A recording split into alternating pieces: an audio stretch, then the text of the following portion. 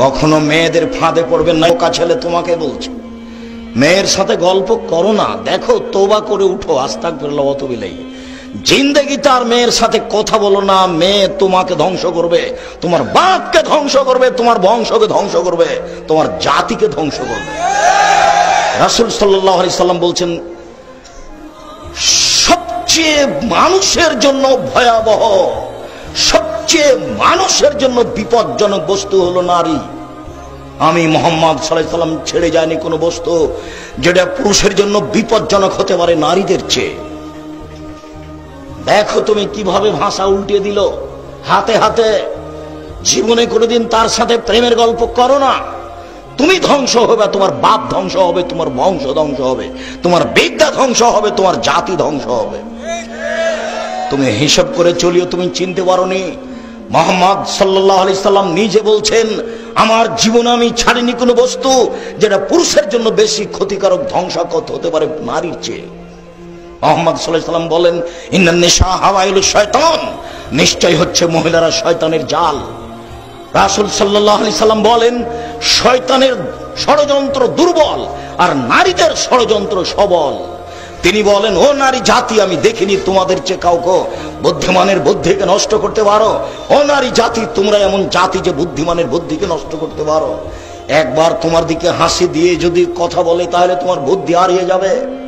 তুমি chairman, member, MP, মন্ত্রী, যত বড় পরেজগার হও না কেন, এক হাসিতে তোমার বুদ্ধিবিদ্যা, ঈমান কমে যাবে। তার নাম নারী। তুমি এটা বিবেচনা করি উপস্থিত বৈঠকের মুসলিম বোন, আপনাকে আমি ঘৃণা করতে আসিনি। নারী আয়েশা, নারী খাদিজা রাদিয়াল্লাহু তাআলা আনহা, জিবরাইল এসে বলছেন, মুহাম্মদ সাল্লাল্লাহু আলাইহি সাল্লাম, ওই যে খাদিজা, ওই যে তার হাতে একটা বাটি আছে তরকারির। শুনেন, খাদিজা আপনার কাছে আসলে আপনি তাকে বলবেন, খাদিজা জি, আল্লাহ তোমাকে সালাম দিয়েছে। খাদিজা, জিবরাইল তোমাকে সালাম দিয়েছে। তোমার জন্য জান্নাতে একটা ঘর বানানো হয়েছে খাদিজা, হীরা মুক্তা মাণিক্য দিয়ে, যেখানে কোনো হইচই নেই।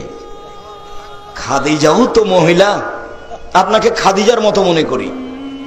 তো শয়তানকে, ওই যে আপনার পাশে বসে আছে দেখেন, ওর ছোট ব্লাউজ, ওর স্বামী নাই, ওর বাপ নাই, ও বাপ ছাড়াই দুনিয়াতে এসেছে, ও স্বামী ছাড়াই দুনিয়াতে চলে। বল হিসাব। আপনি আমার দিনী বোন, আপনাকে আমি ঘৃণা করতে আসিনি। আমি আপনাকে আমি শয়তানের চেয়ে খারাপ বলিনি। তো আপনার পাশে একজন মহিলা বসে আছে, আপনি দেখেন, তার পেট দেখা যায়, তার পিঠ দেখা যায়, তার অঙ্গ প্রত্যঙ্গ দেখা যায়। ও কি মনে করে আর বাপ নাই নাকি?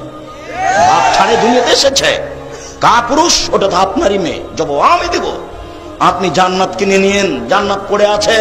মুহাম্মদ সাল্লাল্লাহু আলাইহি সাল্লাম বলেছেন, তিন শ্রেণীর মানুষ জান্নাতে যাবে না, তার মধ্যে আপনি আছেন।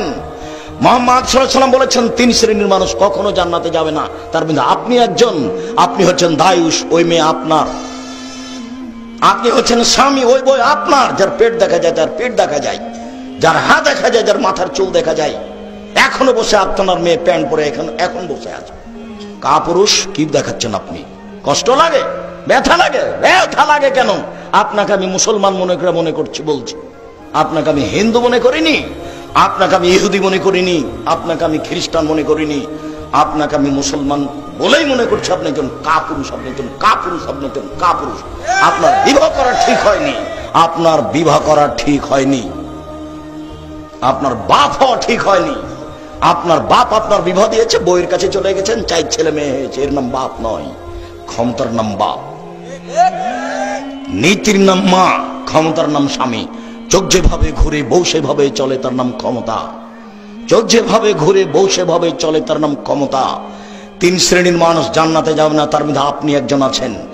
3 শ্রেণীর মানুষ জান্নাতে যাবে না, তার 1 শ্রেণীর মানুষ হচ্ছে রাজলাতু মিনান নিসায়ে, পুরুষের বেশধারী নারী, যারা পুরুষের জুতা স্যান্ডেল পরে, যারা পুরুষের শার্ট প্যান্ট পরে, যারা পুরুষের পোশাক পরে, যারা মাথার চুল ছোট করে। আপনি দেখতে পাচ্ছেন ঢাকা শহরে, গাজীপুর বাজারে হাজারো লক্ষ নারী এসব প্যান্ট পরে থাকছে, গেঞ্জি গাইতে থাকছে, এরা জাহান্নামী। আমি বলিনি এই কথা, মুহাম্মদ সাল্লাল্লাহু আলাইহি সাল্লাম বলেছেন। আমার বলার কি আছে? তিনি 1450 বছর পূর্বে বলেছেন, আমি তার অনুবাদক। আমি আব্দুর রাজ্জাক বিন ইউসুফ বলছি, আল্লাহ আল্লাহর কসম, আল্লাহ আল্লাহর কসম, আল্লাহ আল্লাহর কসম, আমি 90 সাল থেকে এখন পর্যন্ত কোনোদিন অপ্রয়োজনীয় বাক্য বলিনি। আমি 90 সাল থেকে নিয়ে এখন পর্যন্ত কোনোদিন কেসা কাহিনী বলিনি।